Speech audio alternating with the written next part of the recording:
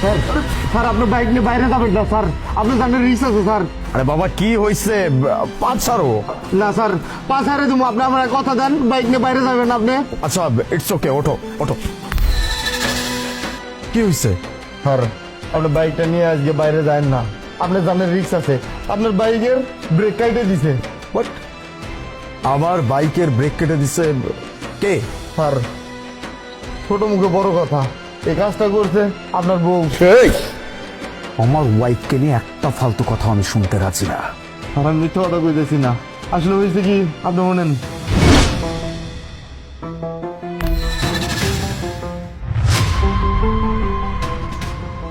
Okay madam, আমার কাজ হয়ে গেছে ম্যাডাম, আমার টাকা দেন আমি জায়গা। ঠিকঠাক মতো হয়েছে তো? মানে কাজ কি একবারে শেষ হয়ে যাবে তো? হ্যাঁ, 100 কাজ হবো। 1 মিনিট। এই যে এখানে তোমার পুরো 5,000 টাকা আছে, যেটা বলেছিলাম ওইটাই আছে। ঠিক আছে ম্যাডাম। ওকে।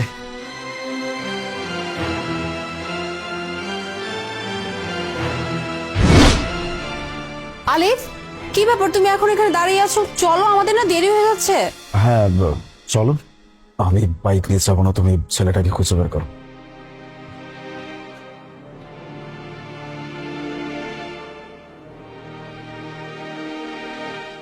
আলিফ শোনো না, আমার না শরীরটা কেমন যেন লাগতেছে, বুঝছো? মানে অস্থির লাগতেছে, ভালো লাগতেছে না। তুমি এক কাজ করো, তুমি চলে যাও, আমি বরং বাসায় একটু রেস্ট করি।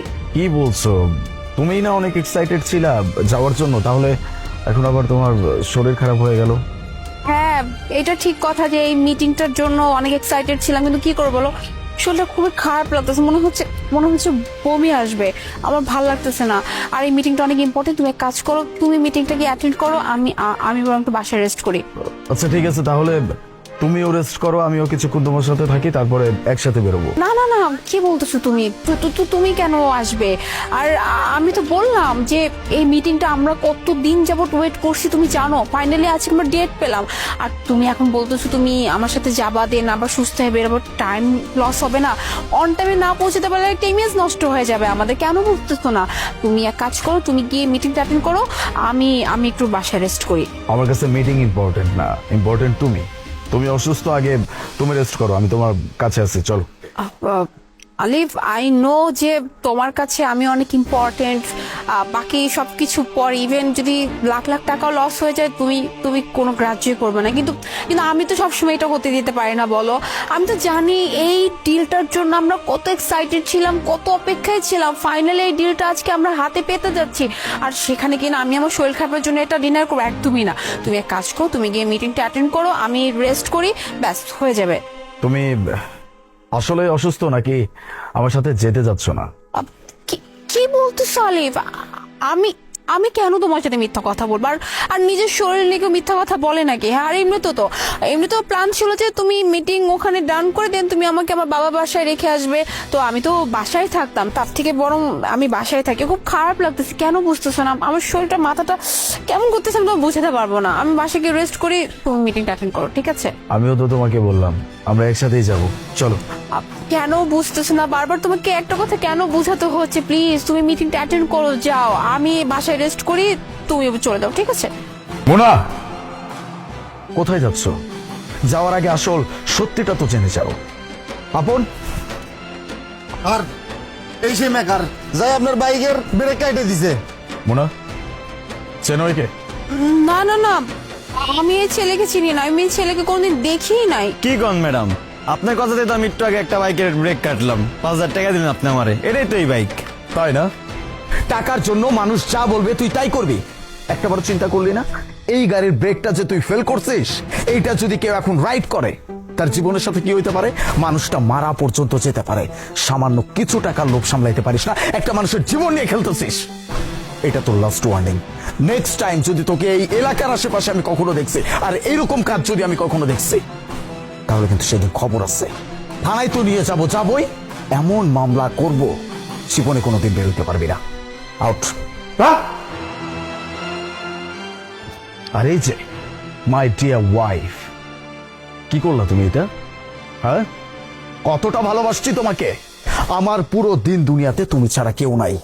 তোমাকে এতটা ভালোবাসছি, এত ভালোবাসার বিনিময়ে তুমি আজকে আমাকে ধোকা দিলা, আমাকে মারতে চাইছো কেন? কেন মারতে চাইছো আমাকে? আলিফ, আমি আসলে লোভে পড়ে গেছিলাম, বুঝছো? আমি আসলে এটা ভেবেছিলাম যে তোমার এই সয় সম্পত্তি, এত টাকা পয়সা, এই সব কিছুর মালিক হবো শুধুমাত্র তখনই যখন যখন তুমি এই দুনিয়াতে থাকবে না। আর এরপরে সবকিছু আমি আমার ভাইকে দিব, আমার ভাইকে তোমার চেয়ারে বসাবো, কোম্পানির বস বানাবো। এই লোভটা আমার মধ্যে চলে আসছিল, আর এর জন্য আমি এই প্ল্যানটা করছি যে আমি আজকে তোমাকে মেরে ফেলবো, মানে এই বাইকে ব্রেক ফেল করাই ফেলছি যাতে করে তুমি রাস্তায় যাওয়ার সময় অন স্পট ডেট হয়ে যাও, শুধুমাত্র এর জন্য। আমি বিশ্বাস করো কিভাবে যে লোভে পড়ে গেছিলাম আমি আমি বুঝাতে পারবো না।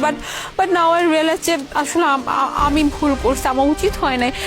এত সুন্দর একটা জীবনটাকে আমি এভাবে নিজের হাতে নষ্ট করতে চাইছি। আর তুমি তো আমাকে সত্যি অনেক ভালোবাসো, আমার জন্য তুমি সবকিছু করতে রাজি, দুনিয়াতে আমি সাথে তোমার কেউ নাই, তবুও আমি তোমার সাথে এত বড়টা খারাপ কাজ করতে যাচ্ছিলাম। দেখো প্লিজ আমাকে তুমি মাফ করে দাও, আমি আসলে কিসের মধ্যে চলে আসছিলাম আমি বুঝতে পারি না, প্লিজ আই এম সরি। আচ্ছা, নিজের ভাইকে আমার কোম্পানির বস বানাবা এই জন্য তুমি আমার সাথে এই কাজগুলো করছো? আরে একটাবার চিন্তা করে দেখতা যে এই পুরো দুনিয়াতে তুমি ছাড়া আমার কেউ নাই, আমার আজকে কিছু হয়ে গেলে কালকেই সবকিছু তোমার। এটার জন্য তোমার আমাকে মারতে হবে? কোন জিনিসটার অভাবে রাখছিলাম তোমাকে? যখন যা চাইছো তোমার সামনে আমি হাজির করে দিছি। আর তুমি কি না তোমার ভাইকে আমার অফিসে আমার চেয়ারে বসাবে এই জন্য আমাকে মারতে চাইছো? ঠিক আছে, এক কাজ করো, তাহলে ভাইয়ের কাছে গিয়েই থাকো, তোমার ভাই তোমাকে ভালো রাখবে। ডিভোর্স লেটার আমি পাঠিয়ে দিব, যাও আলিফ, যাও।